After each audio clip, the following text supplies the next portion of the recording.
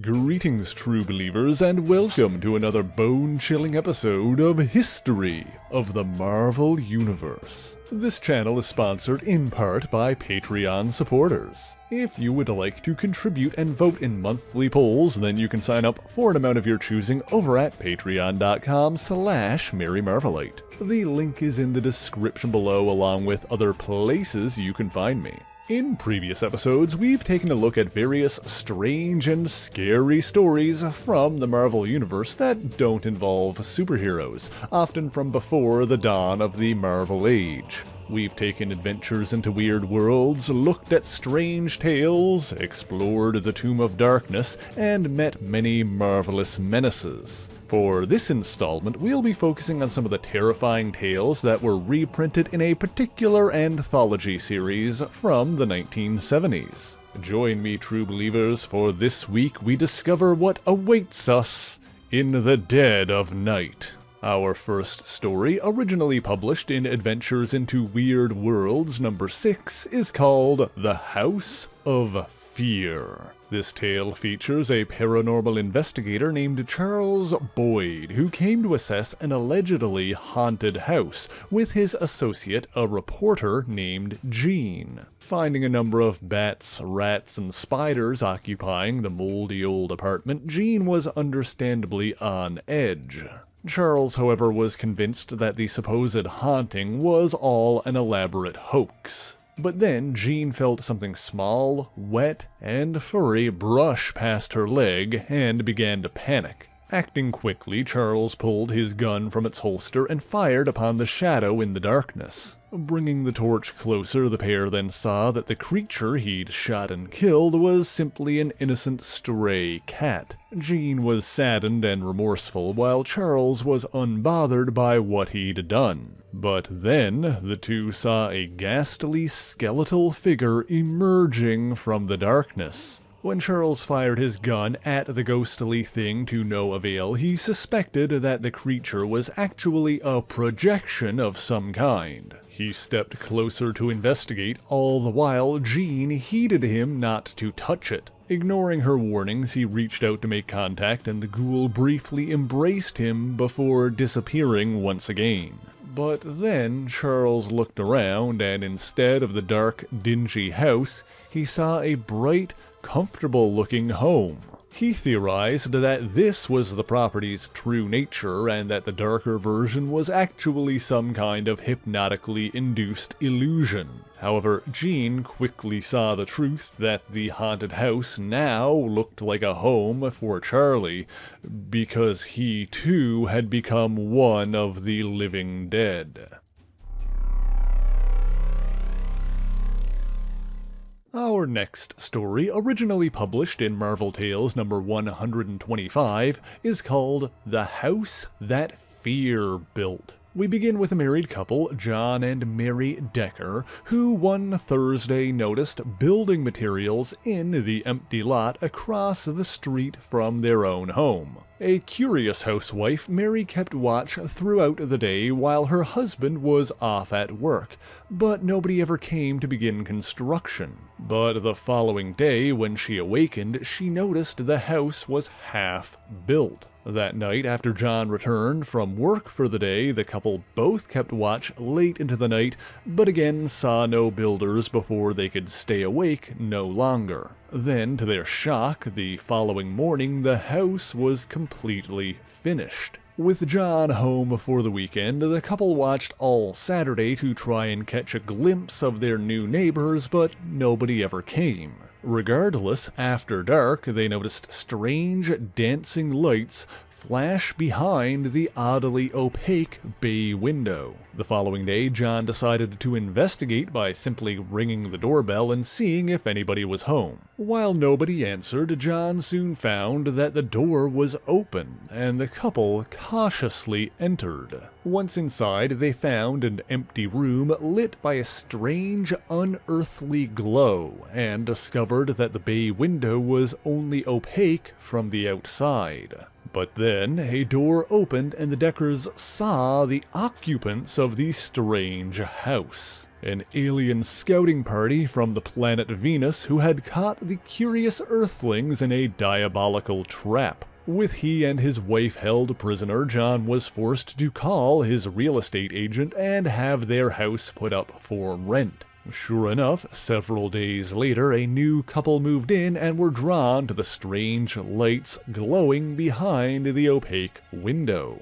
Thus, the aliens confirmed that humanity's greatest weakness was its curiosity, and that they would be able to exploit this in the ensuing invasion.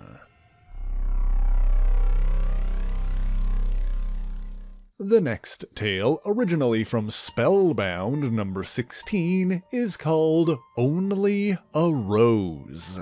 The story begins with a woman named Helen Barrows and her husband Chester. The two were married for some time, but eventually Chester began venturing out each night, leaving Helen alone and refusing to explain, simply saying that she would find out why eventually. After 2 weeks of this, Helen decided to follow her husband, fully expecting to discover some infidelity. Sure enough, she watched as he procured an expensive bouquet of flowers and delivered them to a beautiful young woman. Taking note of the woman's name and address, Helen hatched a plan to get revenge on the young homewrecker. The following morning, she mailed the unsuspecting woman a box of chocolates laced with deadly poison, and waited for the result. And while the newspapers did indeed report the death of young Angela Pearson, Chester Barrows seemed to have no reaction whatsoever. Furthermore, that same night he went out as usual, prompting Helen to follow once again.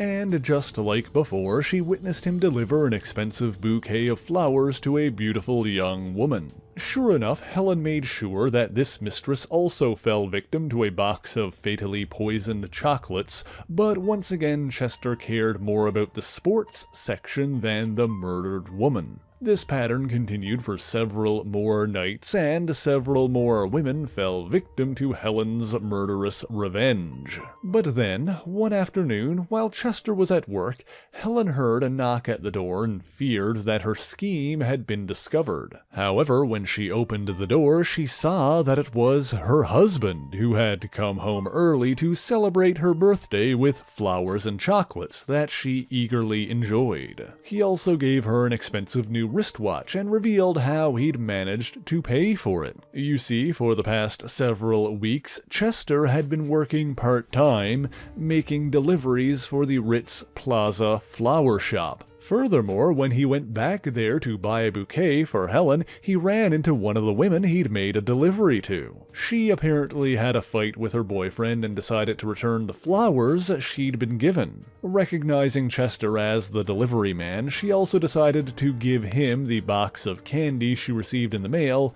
which he then brought home to Helen. You can probably guess what happened next, but suffice it to say, Helen Barrows got all the flowers she could want soon thereafter. Our fourth story, originally from Mystery Tales number 25, is called Werewolf Beware. This story begins, as one might expect, with a man who was cursed to transform into a werewolf under the light of a full moon. However, in his human form of Hugo von Stahl, he felt remorse and regret over the murders he committed in his bestial state. He tried to distance himself emotionally from other people, but one day he met a woman named Erika Ludwig. Despite himself, Hugo began to fall in love with Erika, while at the same time she fell for him. The two spent much of their time together, but in the dead of night, Hugo felt uneasy as he knew the next full moon would inevitably come. Meanwhile, the other women in the village told Erika that Hugo had broken off every relationship he'd been in, and that it was only a matter of time before he broke her heart as well. Sure enough, when she later asked him if they would ever marry, Hugo refused to answer, as he noticed that the moon was full on that night. Not wanting to hurt his beloved, he ran off into the forest, but Erika gave chase after him. Hugo ducked out of view few hiding in a dark cave where he could no longer resist the effects of his cursed transformation. With an insatiable bloodlust filling his mind and Erica just outside the mouth of the cave, he knew there was no other choice. At that moment, the village women arrived and found Erica in the dark woods. Comforting her, they brought Erica back home, and none of them ever saw Hugo von Stahl again. Meanwhile, inside the cave, the werewolf breathed his last breath, having turned his bloodlust on himself to save the woman he loved.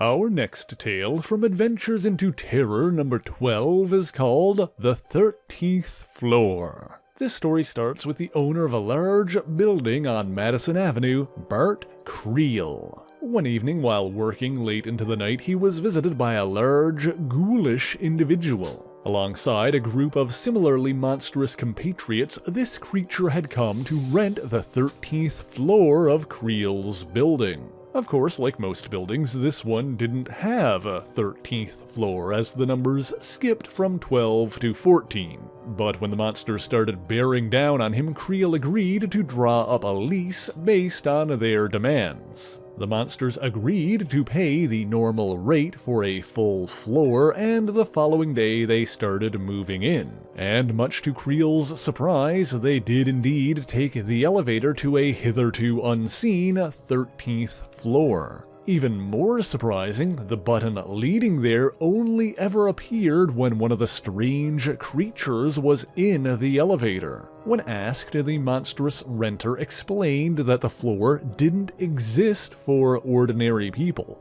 and was only open to those who had business there. And so when the lease finally expired, Creel claimed that he did indeed have business there, as he would need to check the premises once the ghouls moved out. The creature agreed and took Creel up the elevator, allowing him to get off on the 13th floor. Upon seeing that the extra story was there, Creel suspected that he could continue to make a profit by renting it to others. The creature prepared to depart down the elevator once again, warning Creel to come with him, but the stubborn businessman decided to stay and assess the space. However, moments after being left alone, he felt the floor push against his feet as the ceiling began to lower. As the creature had told him, floor number 13 doesn't exist for ordinary humans, but unfortunately for Bart Creel, 12 and 14 still did.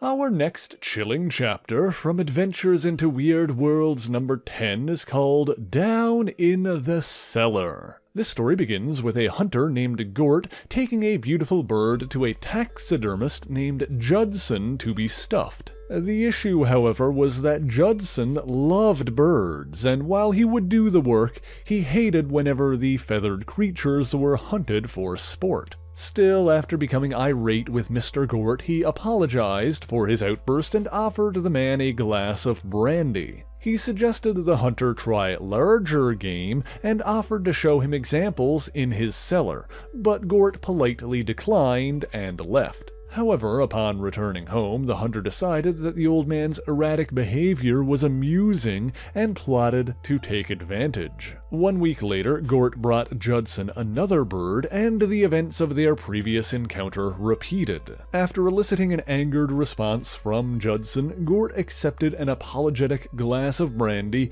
but declined to see the larger pieces in the cellar. Days later, he shot down a trio of ducks, and the same thing happened once again. A week after that, he brought a much bigger sack, giving Judson hope that this was some other kind of animal. However, he was then horrified to find that Gort had delivered a large male peacock. Perhaps realizing that he had gone too far, Gort agreed to finally see the larger specimens in Judson's cellar. But first, Judson poured up the last of his brandy in a single glass and offered it to Gort. The hunter accepted, but the drink tasted different, and as he followed the older man down the stairs, he began to feel dizzy and sluggish. As he reached the bottom and paralysis started to set in, he realized the terrible truth waiting in the taxidermist's cellar. You see, Lon Judson was a hunter of a sort as well, only his prey was bird killers. The next story from Mystery Tales number 21 is also called The 13th Floor. Yes, this anthology series has two different stories from two different issues with the same title. This one features a happily married couple, Hugh and Mary Carter, who loved each other deeply. Hugh was warned by his doctor that his heart was weak, but continued to work hard to care for his wife. He only worked harder once her health began to decline, hoping to soon move somewhere they could be more comfortable. During one such late night, Hugh took the elevator up to his office, but noticed as it passed the 12th floor. He found this particularly peculiar since the building he worked in only had 12 floors. Regardless, he found his office there on the 13th floor, and what he saw inside was stranger still. He was greeted by what appeared to be a shadow of a man standing in the middle of his office. The shadowy figure was pleasantly polite and welcomed Hugh to the 13th floor. When Hugh insisted there was no such place in the building, the shadow explained that there is always a 13th floor, for Hugh Carter had entered the realm of death. Hugh, however, pleaded with the shadow, not for himself, but because his wife Mary needed him. The shadow insisted that there was a reason he'd been called there early, but ultimately acquiesced, allowing Hugh to return to life, but warning him that he would be required to live out his remaining 30 years. The next thing he knew, Hugh was back on the elevator, feeling as though he had just awakened from a deep slumber. He disembarked on the ground floor, but as he did, he noticed at the last moment his wife Mary entering the adjacent lift. He tried to stop her, but the door slammed shut before he could, and the elevator carried her upwards. His younger co-worker Bill was perplexed by his behavior, explaining that the elevator had been out of order for several years, which is why the dial at the top was stuck beyond the number 12. And so Hugh walked back out into the world of the living, only wishing that he could be reunited with his lover on the 13th floor. The next story we have for you today is called The Eavesdropper from Mystic number 36. This tale begins late one night in a quiet diner where a man named Tony Neely could hear suspicious whispering coming from the next booth. The voices were faint and difficult to recognize, but he could hear a woman plotting with a man to murder her husband and collect the insurance money. And so Neely concocted a plot of his own to follow the pair so that he could witness the crime and blackmail them to make a tidy profit. Keeping his distance, he pursued the couple into the foggy night as they went from bar to bar looking for the woman's husband. When they were unable to find him, the woman explained that sometimes her drunk husband would nap in a dark alley, and suspected that he would be there on that night. With the murder imminent, Tony attempted to get closer so that he could properly see the criminals and their victim. However, the pursuit had left him nervous, causing him to clumsily kick over a metal can. Naturally, the sound attracted the attention of the cautious couple who carefully investigated. It was then that Tony Neely realized that the woman he'd been following was actually his own wife. For our final fable for today, let's look at one from Strange Tales number 96 called I Dream of Doom. This story stars a man named Frank Atwell, who was plagued by terrible nightmares. The first of these started like an ordinary dream, where he was out on a date with a young woman. But then the world around him faded away and he was attacked by a terrible, hulking monster. The beast attempted to seize him, but Frank fled and ultimately woke up before he was caught. However, the very next night, as he dreamt of being in the crowd of a football game, the same thing happened. This time, the monster gave chase when Frank ran, nearly catching him before he woke up. This continued for several nights until one dream placed him in a dark cavern where the monster emerged from the rocks themselves. Frank's attempts to escape seemed futile as he quickly reached a dead end with the monster bearing down on him. But moments before he was caught, the dream world seemed to shatter around him with a large crash.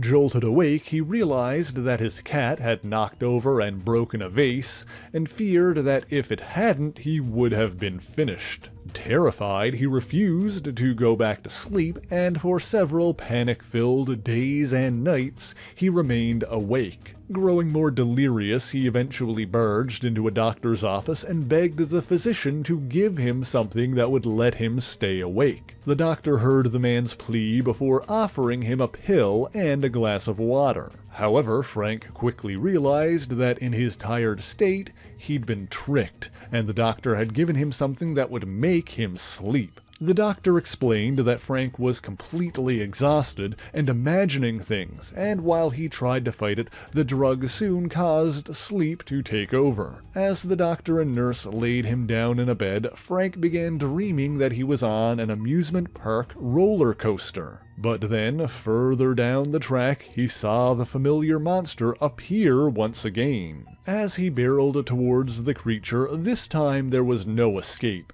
and he was inevitably seized. The monster then flew upwards, holding Frank tightly as it brought him from the dream world back to its home dimension. But much to his surprise, once Frank arrived, he was heralded as a lost king by the humans who lived there. The people explained that Frank was indeed their king, but had been banished by an evil sorcerer, Sagur, to the nightmare realm known as Earth. The monster who had brought him back was actually a machine they'd constructed to retrieve Frank from the dream dimension. Frank wondered what people on Earth would think once they realized he was gone. But the royal physician claimed that what the king had seen on Earth was merely a figment of his imagination created by his dream. Meanwhile, however, the doctor's earthly counterpart was indeed noticing that Frank was no longer where he left him. The doctor assumed that the eccentric patient had simply woken up and left, but